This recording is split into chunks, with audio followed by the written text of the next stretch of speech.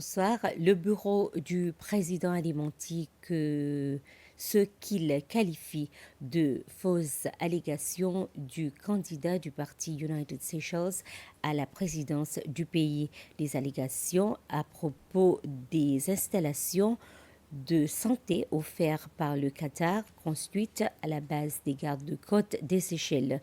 Le gouvernement assure au public que l'hôpital et ses équipements sont intacts. Après la pandémie du Covid-19, les deux établissements médicaux, donc un hôpital de 40 lits et un hôpital de campagne, sont toujours disponibles pour les urgences.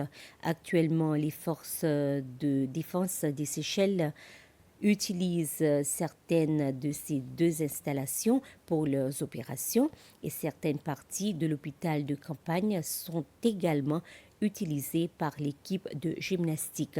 La présidence ajoute que la diffusion de fausses informations sur des installations importantes est une source de confusion et de préjudice. La compagnie Seychelles Breweries va changer d'actionnaire principal. IBL Group acquiert une participation majoritaire dans la Seychelles Breweries Limited en achetant 54,4% des parts de la compagnie à Diego. Le nouvel actionnaire a tenu à rassurer en indiquant que pour l'instant, l'entreprise allait continuer de fonctionner telle qu'elle est.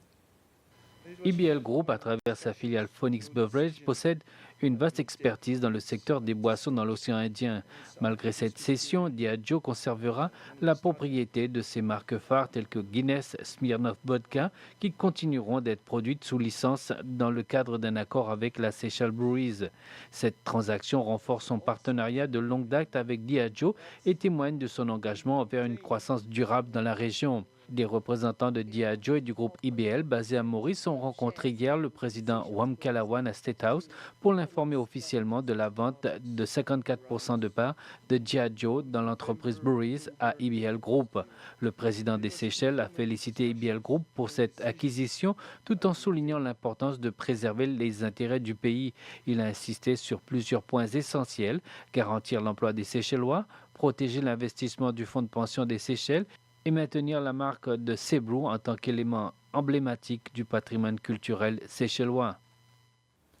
L'économie des Seychelles a affiché une croissance notable en 2024 par rapport à l'année précédente, selon le dernier rapport annuel de la Banque centrale des Seychelles. Cette progression s'est traduite par une augmentation des réserves et une amélioration de la stabilité financière du pays.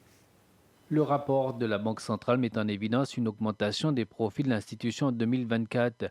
Jessica Morel, qui est une analyste financière de la Banque centrale, a annoncé que les réserves ont atteint 774 millions de dollars en fin d'année, enregistrant une hausse de 92 millions de dollars par rapport à 2023. Cette évolution reflète une gestion financière rigoureuse et une dynamique économique favorable. Dans un contexte mondial marqué par des incertitudes économiques, les banques centrales ont adapté leur politique monétaire pour stabiliser leur économie. La Banque centrale des Seychelles n'a pas fait exception, mettant en place des mesures pour soutenir l'économie nationale. Ces actions ont contribué à maintenir la confiance des investisseurs et à stabiliser les principaux secteurs économiques. Les Seychelles ont affiché une performance fiscale robuste avec des recettes supérieures aux prévisions initiales. Le secteur extérieur est resté stable en grande partie grâce au tourisme qui demeure le principal moteur de l'économie séchelloise. La reprise des arrivées touristiques et la diversification des marchés ont permis d'atténuer les chocs économiques extérieurs. Pour clore, le ministre des Terres et du Logement a indiqué que son ministère était en discussion avec la compagnie pétrolière, la CPEC, concernant la construction d'une nouvelle station de service dans le district de Biel-Hazar et d'une autre dans celui d'Anse Royal. Le ministre Biliram Gassami a donné cette information hier lors de la séance de questions à l'Assemblée nationale. Il répondait à une question des députés de Biel-Hazar, François Dilaïd, et de celle d'Anse Royal, Sylviane Lemiel. Ainsi s'achève ce flash d'information. Merci de l'avoir suivi.